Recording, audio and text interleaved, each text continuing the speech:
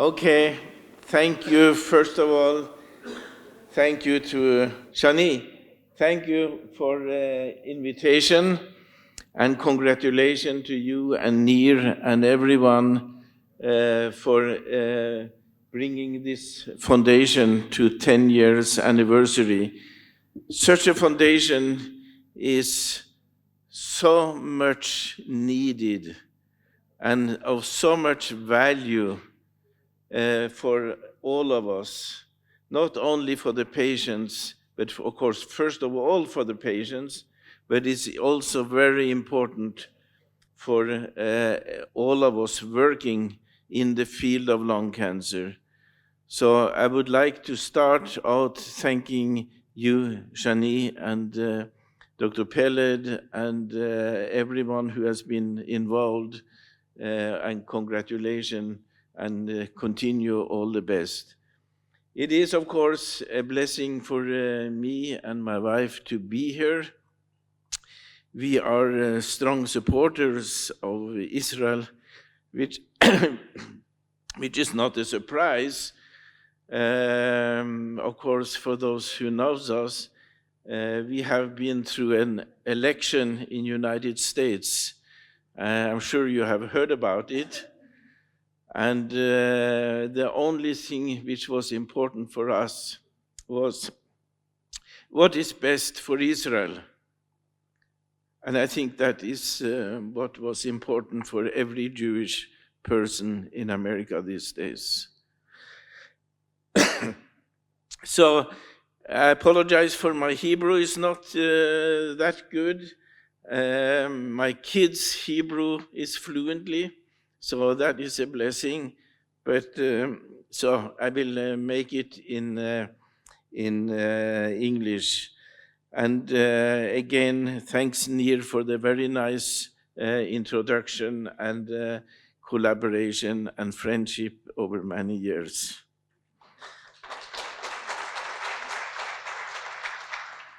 Lung Cancer, a Decade of Hope, was a title which gave me a lot to think of. Certainly, we have been through a lot of progress, and I will talk about that, and I will try to make it understandable for everyone. First of all, my disclosures. I'm involved in many companies, like many of the investigators here. I will talk a little bit about lung screening, personalized therapy, molecular testing, and I will focus on a few molecular abnormalities which has made the progress in lung cancer so significant over the last decade, and where are we going in the future. And they gave me 20 minutes. I will try to make it in 20 minutes, but it's a tough call. This is hope. Well, we all know that lung cancer for many, many years has been stigmatized. And of course, that has been justified because smoking is still a significant contributor to development of lung cancer, but it is not the whole story. But the stigmatization has been bad for our research for many years. Now we see more and more lung cancer in never smokers, and we hope to get rid of the stigma that lung cancer is only for smokers. Unfortunately, it is not. There are 375,000, excuse me? Oh, thank you. There are 375,700 lung cancer deaths in Europe in 2022.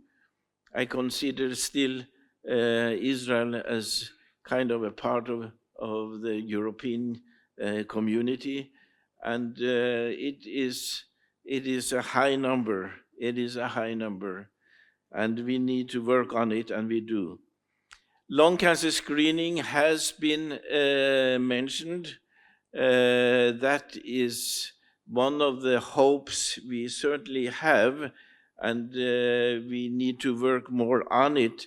There are a couple of large studies in Europe, in United States, who clearly have demonstrated that lung cancer screening with low-dose CT certainly increase the finding of lung cancer cases, but most of them are in early stage 1, as we can see in one study, an LST study in America, 63% had stage 1 in the screening studies. And that is, of course, the benefit of lung cancer screening. And my group in Mount Sinai in New York was actually the first people who did lung cancer screening with low-dose CT. So we have a tradition at Mount Sinai in New York for lung cancer screening. Dr. Henschke, Yankelevich, at that time they were at Cornell, but they were the first pioneers in this area. So that is something we needed to further develop. The problem we have today is implementation, and it is very hard to understand why it is so difficult to implement lung cancer screening. It is, as we can see here, a number needed to screen to avoid one cancer death is for lung cancer screening much lower than for breast cancer screening. And everyone seems to accept breast cancer screening, but lung cancer screening is so difficult. Why? We don't get it. But the data are good. It's clearly we reduce the death of lung cancer with 25 to 30% with lung cancer screening alone.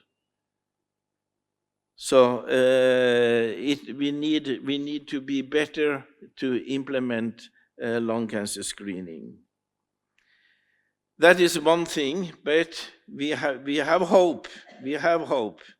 We have done a good job with developing the paradigm for lung cancer screening. Now we need to work on the implementation. Another thing is lung cancer therapy. And the revolution, in my opinion, started in patients with advanced disease, stage 4 lung cancer. And it was a need for a paradigm shift. Here we can see studies.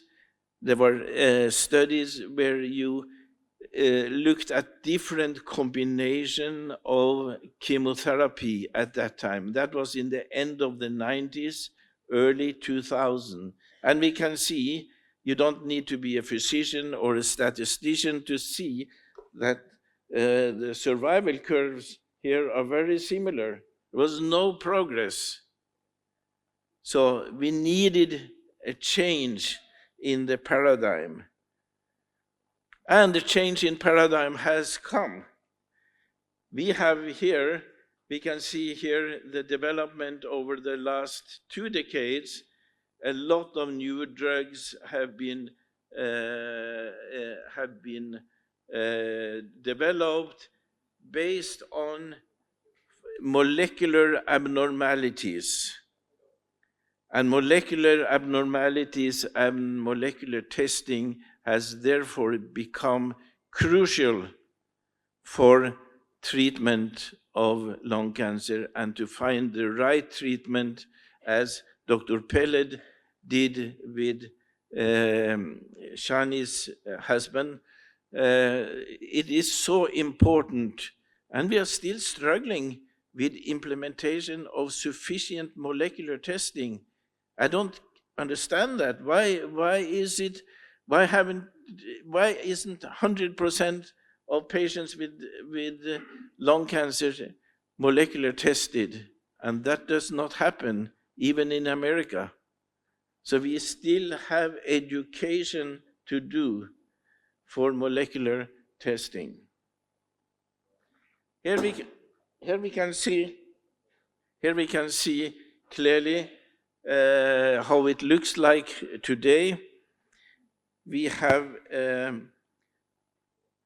different molecular abnormalities, as mentioned, but we have also a lot of therapeutic opportunities within each of those boxes. So it's not only one drug we have, it's not only one shot. We have several generations of new drugs in each category here. And that gives hope for the patient. If you are not suitable or is not doing well with one drug in this category, you can move on to another generation, on a third generation. And that is where the hope is, in my opinion. This piece of the cake, unknown oncogenic driver, here 30%, 40%, get smaller and smaller and smaller day for day. We find new abnormalities the whole time. Now, how do we know that that is beneficial for the patient? We know that if you have a biomarker testing and you compare patients who had biomarker testing with those without biomarker testing, it was clearly that those patients did better.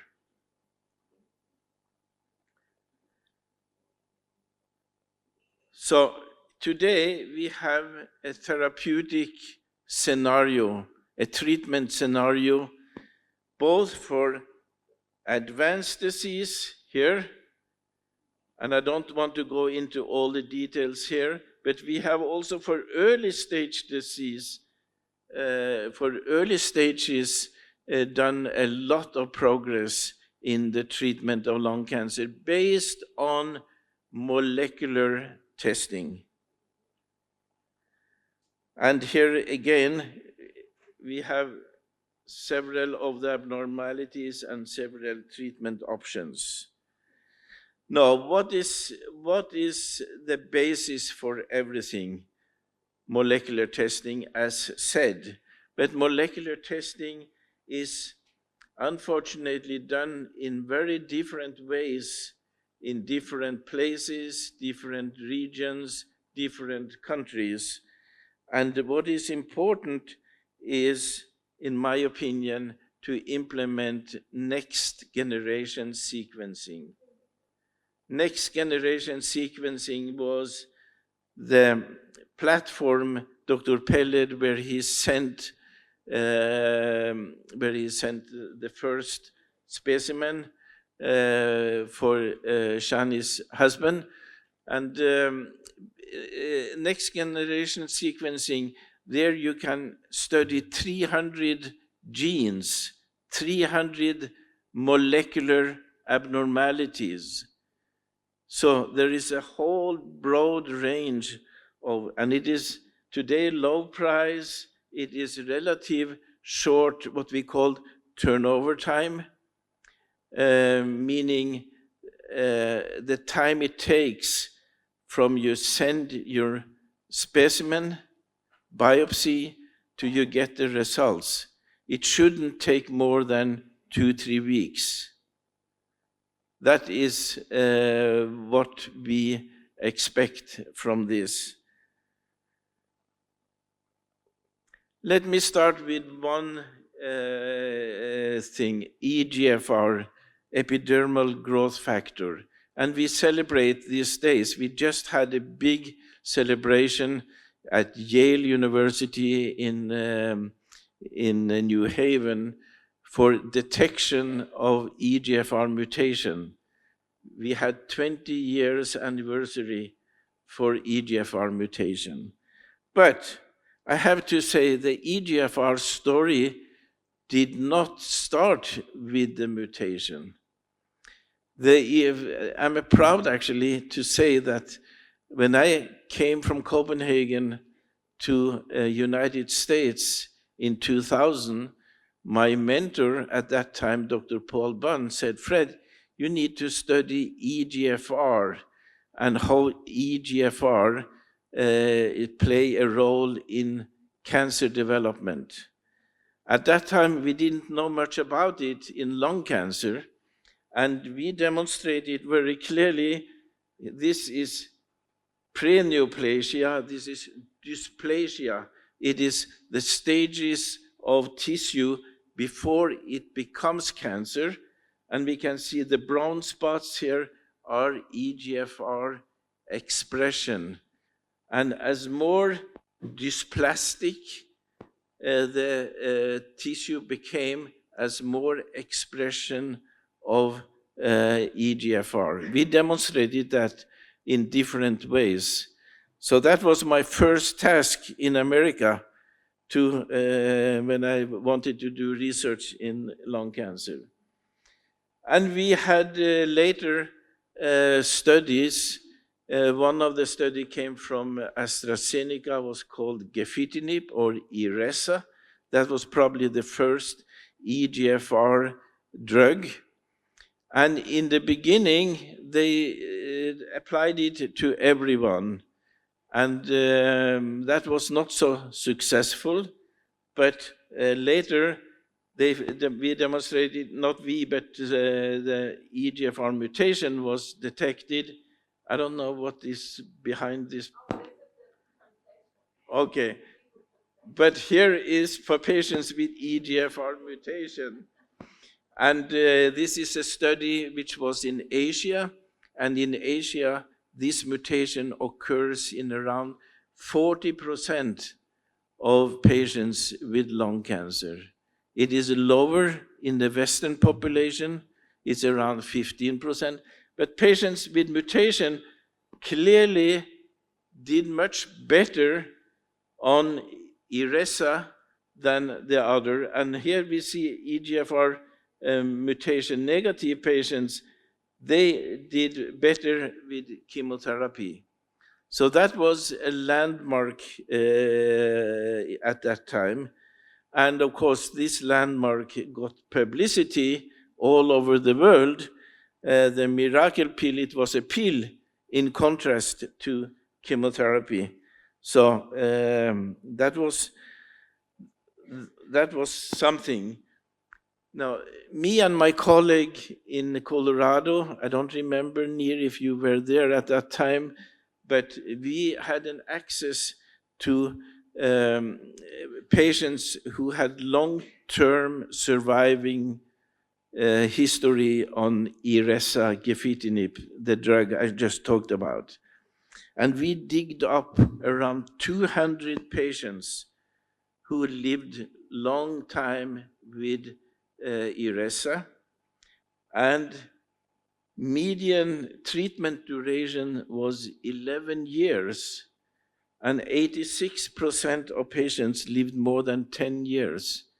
That was amazing. We heard these patients lived 7 months, 8 months, years before, and by the sudden with the pill, they could have 11 years and more to live with. So that was, in my opinion, a revolution in cancer treatment.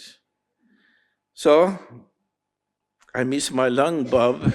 Well, he was missing the EGFR drug.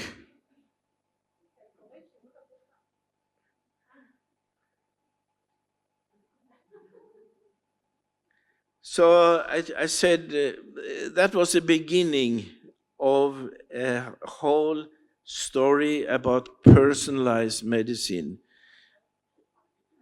5 minutes left. Oh my goodness. Wow. Well, that is a challenge.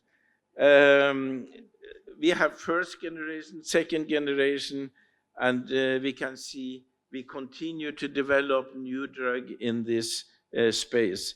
What we need to figure out now is certainly to learn more biology about it, what kind of mutation. There are several groups of mutation, and they might have a different response to treatment, and also how do they, what is a resistant mechanism? Why can't we cure all the patients with EGFR? They develop resistance to the drug, and we need to learn about that and other things. Over the last few years, I talked about advanced disease before. Now we also learned that we can give EGFR treatment in early stage disease as what we call adjuvant after surgery. And it was very clear that that gives also much better outcome than standard of care. And to be very personal with you guys, I happened myself to had cancer in 2007, and I had a lymphoma, and I came home every day to my wife and said, I'm so depressed. I've seen survival curves. It doesn't look good at all. And my wife said every day, Fred, survival curves are for statisticians and scientists. You are interested in this part of the curve, the tail of the curve, and you will be there. And she was right. It's 20 years. Yeah!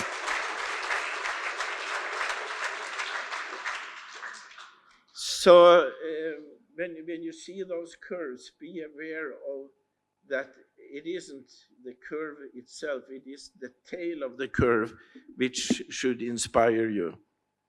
Okay, I need to go very quickly because the EGFR story continues. Most recently, we learned it in also what we called local regional disease in another stage of lung cancer, stage 3, and we also see there.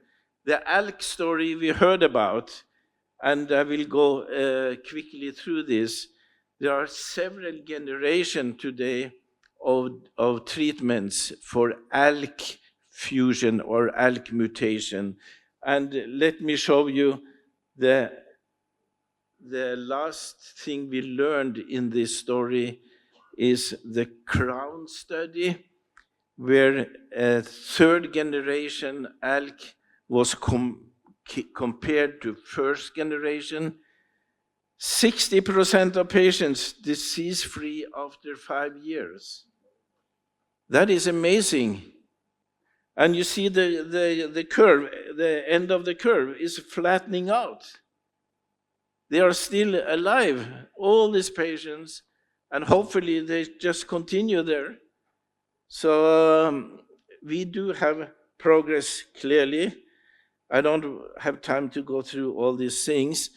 One other thing we are focusing on this today is something called KRAS mutation. And KRAS mutation was for long time untreatable. We could not treat this mutation. By the sudden, over the last few years, we have got drugs which also target this mutation specifically, and we are very optimistic around this. Immunotherapy, this guy here got Nobel Prize. He was one of the discoverers of immunotherapy for cancer, and I had the pleasure to meet him some years ago. And again, we can see here, this is one drug, pembrolizumab, and here we can see as a single drug at 60 months, 5 years, over 30% of the patients with advanced disease are alive. And we continue to work on this. We need to figure out who can benefit from this treatment and who will not benefit from treatment. That is my job, and others, of course, to figure out, because I'm focusing on biomarkers and how we select patients to the right treatment.